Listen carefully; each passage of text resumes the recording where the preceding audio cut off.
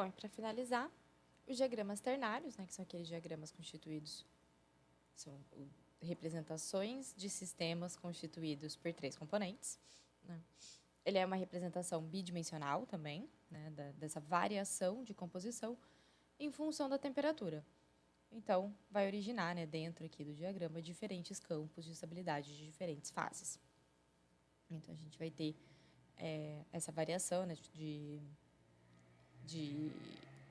composição entre os 3 extremos, né, os 3 vértices aqui de um triângulo equilátero. Tá? Então, cada lado aqui do diagrama vai representar um diagrama binário. Né? Se a gente tem uma variação de composição, né, marcando aqui no diagrama em função da temperatura, ele também vai ser entendido, né, vai ser interpretado como cada lado aqui uma variação entre 2 extremos, né, que é um diagrama binário. Então, a gente vai ter o diagrama binário pode ser formando uma solução sólida ou 2 minerais insolúveis no outro.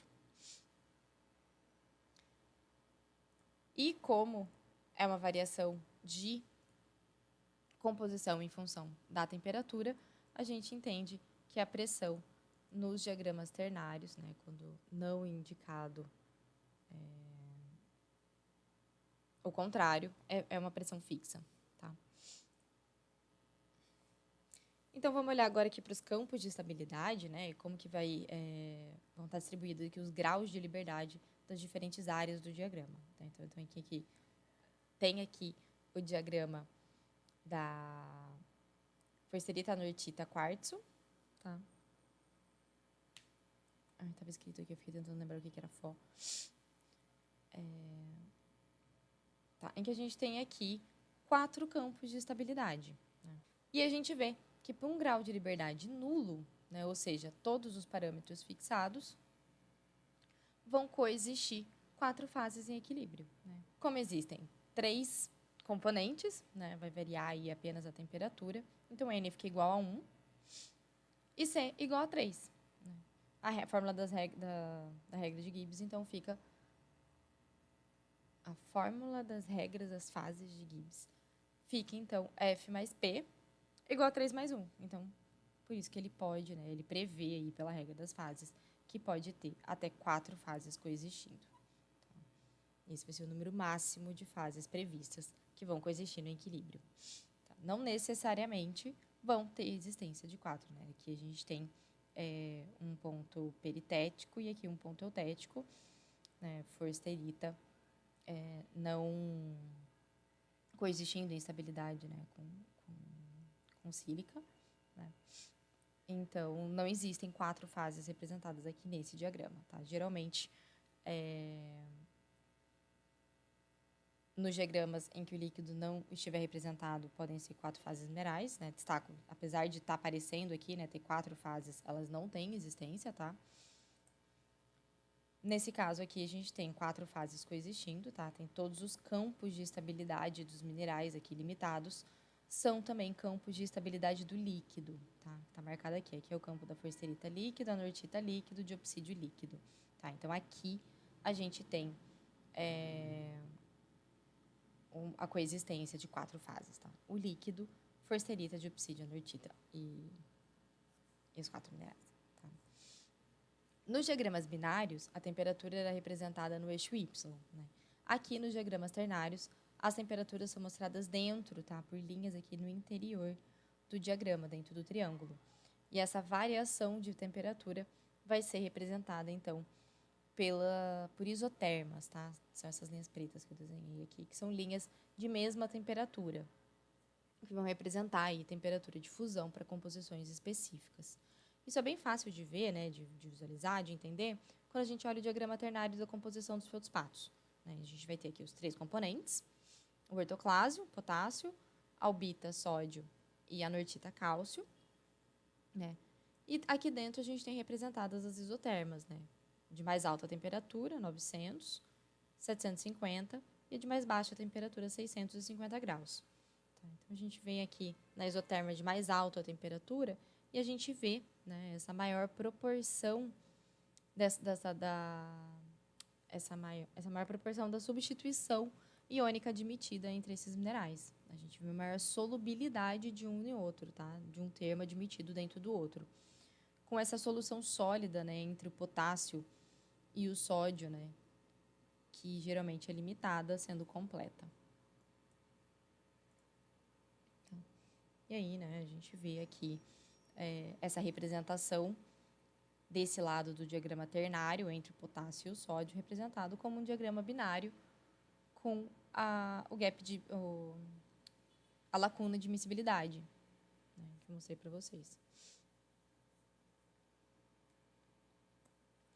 Então, só fazer um exercício, né, para a gente praticar aqui a leitura e a interpretação, né, os dados que a gente tira da análise de um diagrama desse. A gente começa aqui com um líquido, né, um melt, a uma temperatura um pouco aqui maior de 1.600, aproximadamente 1.600 graus, e uma composição aqui, tá pequenininho para ver, mas 19% de diopsídio, 30% anortita e 51% forsterita. A gente continua olhando aquele diagrama, né, aquele sistema diopsídio, anortita, forsterita que eu falei anteriormente. Tá?